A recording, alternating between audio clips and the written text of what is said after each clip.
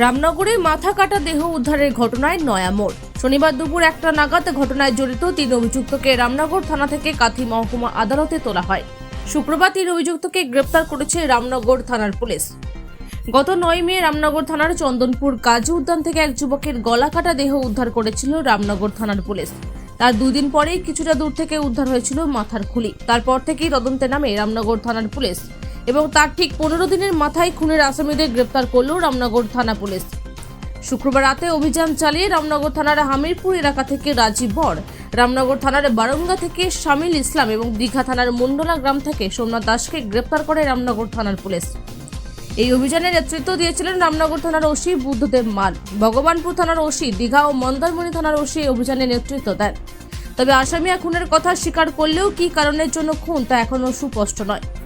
সেই সঙ্গে আরেকটি চাঞ্চল্যকর তথ্য উঠে আসে, খুনের সময় সমস্ত ঘটনাটি তারা ভিডিও রেকর্ডিং করে রাখে। সেই হাড়হিম করা ভিডিও রেকর্ডিং পুলিশের হাতে আসে। তবে এর মধ্যে আরও এক ব্যক্তি যুক্ত রয়েছে বলেও পুলিশ জানতে পেরেছে।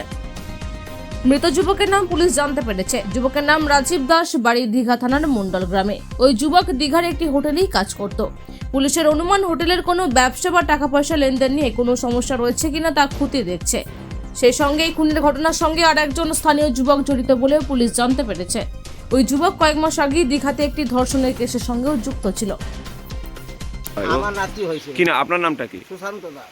আচ্ছা, সুশান্ত দাস। দাস। যে খুন হয়েছে সে কে হয় আপনার? নাতি, আমি বলছি যে নাতি হয়ে আপনার নিজের নাতি। কেন, কিভাবে খুন হল বা কারা করলো বলে মনে হচ্ছে? সে তো দীঘাই ছিল হোটেলে। আচ্ছা আচ্ছা। যখন হোটেলে ছিল আমার ছেলে ফোন করলো, তাকে একসাথে ফোন করতো। তো আমাকে আমার ছেলে বললো, বাবা রাজীবা ফোন করছে, তা কেন, কোথায় গেল, কী করে আমি জানবো? তারপরে আমি দাঁড়িয়ে আছি, দোকান আছে আমার দীঘায়। আচ্ছা। 2 জন পুলিশ কাগজ নিয়ে এলো, দিল, যে আমার ছেলে দেখে কাঁদছে। আমি বলি, কী রে কাঁদছিস কেন? না বাবা, এটা কার হাত বলো তো? আমি বললাম রাজীবের হাত ওরকম আলছে, তার জামাটা সে সন্দেহ হয়েছে আমার ছেলে কাঁদছে। তারপরে কিছু না, বাবাকে এসে বললাম, বাবা রাজীবকে কি মেরে দিয়েছে বোধ হয়। সেটা কবে জানতে পারলেন আপনারা? আমরা পেলাম 2-4 দিন আগে। আচ্ছা, এই 2-4 দিন আগে এই পুলিশ যে দিল কাগজটা, সেই দিনে আমরা জানলাম। আচ্ছা। তারপরে আমি বাবাকে এসে বললাম, কাগজ নিয়ে এলাম, বাবা দেখো তো রাজীবের খবর যে ছোট কালে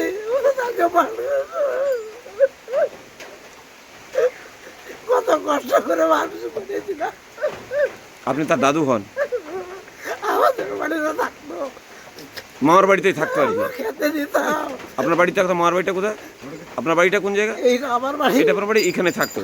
আচ্ছা আচ্ছা। আর কেউ নেই, দাদু দিদা কেউ নেই, বছর মারা গেছেন আর কি। মারা গেছে। ও থানা দীঘাতে কি করতো আপনার? কি করতো? হোটেলে থাকতো। কোন হোটেলে থাকতো? এই নামটা আমি জানি না, সে হোটেলে, পাশে হোটেলে থাকতো। কত বছর বয়স তার? বয়স তো 25 হবে। আচ্ছা। খালওয়ালা ছেলে। হ্যাঁ হ্যাঁ। যে মেরে দিল, কারা মারলো? এটা কারা মারলো বলে আমরা জানবো কি করে কারা মেরে? আপনি জানেন ইতিমধ্যে 3 জনকে ধরা হয়েছে এই ঘটনায়। আমি তো জানি না, আমিও দেখেছি, মিথ্যা কেন বলবো? কাদেরকে ধরলো? কারা? আমি শুনিনি, আমি তো ঠাকুর নিয়ে গেছিলাম, আমি শুনিনি, এক্ষুনি এলাম, আপনি তো দাঁড়িয়ে